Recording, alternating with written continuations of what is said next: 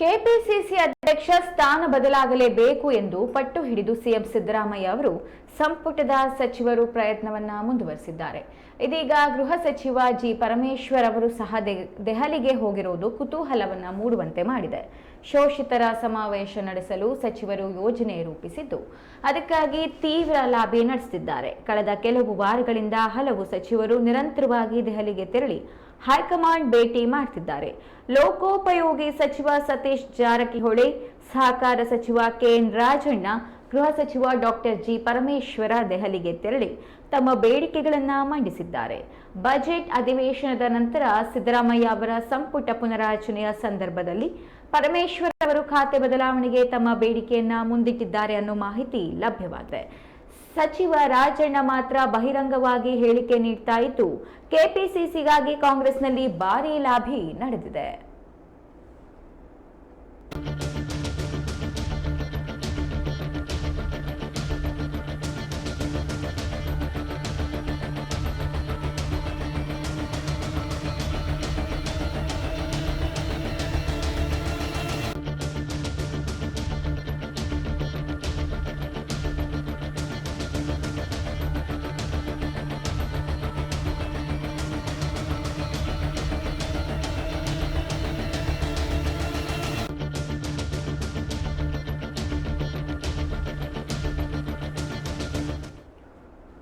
ಸ್ಥಳೀಯ ಸಂಸ್ಥೆಗಳಿಗೆ ಏಪ್ರಿಲ್ ಅಥವಾ ಮೇನಲ್ಲಿ ಚುನಾವಣೆ ನಡೆಯುವ ಸಾಧ್ಯತೆ ಇದೆ. ಡಿಸಿಎಂ ಡಿಕೆ ಶಿವಕುಮಾರ್ ಅವರನ್ನ ಕೆಪಿಸಿಸಿ ಅಧ್ಯಕ್ಷ ಸ್ಥಾನದಿಂದ ಬದಲಾಯಿಸಲು ಹೈಕಮಾಂಡ್ಗೆ ಉತ್ಸಾಹವಿಲ್ಲದ ಕಾರಣ ಸ್ವಲ್ಪ ಸಮಯ ಕಾಯುವಂತೆ ಸುರ್ಜೇವಾಲಾ ಸತೀಶ್ ಜಾರಕಿಹೊಳಿಗೆ ಸೂಚಿಸಿದ್ದಾರೆ ಅನ್ನೋ ಮಾಹಿತಿ ಇದೆ.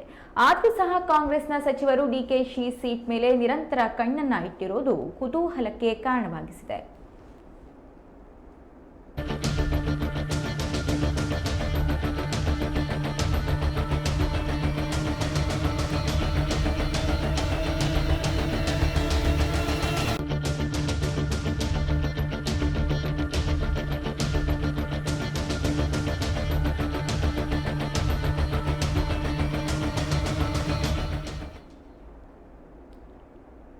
ಕೆಪಿಸಿಸಿ ಅಧ್ಯಕ್ಷ ಸ್ಥಾನ ಬದಲಾಗಲೇಬೇಕೆಂದು ಪಟ್ಟು ಹಿಡಿದು ಸಿಎಂ ಸಿದ್ದರಾಮಯ್ಯ ಸಂಪುಟದ ಸಚಿವರು ಪ್ರಯತ್ನವನ್ನ ಮುಂದುವರೆಸಿದ್ದಾರೆ.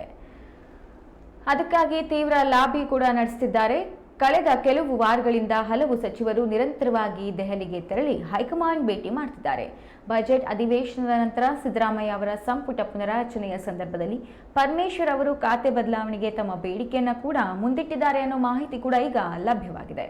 ಅಲ್ಲದೆ ಸ್ಥಳೀಯ ಸಂಸ್ಥೆಗಳಿಗೆ ಏಪ್ರಿಲ್ ಅಥವಾ ಮೇನಲ್ಲಿ ಚುನಾವಣೆ ನಡೆಯುವ ಸಾಧ್ಯತೆ ಇದ್ದು, ಡಿಸಿಎಂ ಡಿಕೆ ಶಿವಕುಮಾರ್ ಅವರನ್ನ ಕೆಪಿಸಿಸಿ ಅಧ್ಯಕ್ಷ ಸ್ಥಾನದಿಂದ ಬದಲಾಯಿಸಲು ಹೈಕಮಾಂಡ್ಗೆ ಉತ್ಸಾಹವಿಲ್ಲದ ಕಾರಣ ಸ್ವಲ್ಪ ಸಮಯ ಕಾಯುವಂತೆ ಸುರ್ಜೇವಾಲಾ ಸತೀಶ್ ಜಾರಕಿಹೊಳಿಗೆ ಸೂಚಿಸಿದ್ದಾರೆ ಅನ್ನೋ ಮಾಹಿತಿ ಲಭ್ಯವಾಗಿದೆ.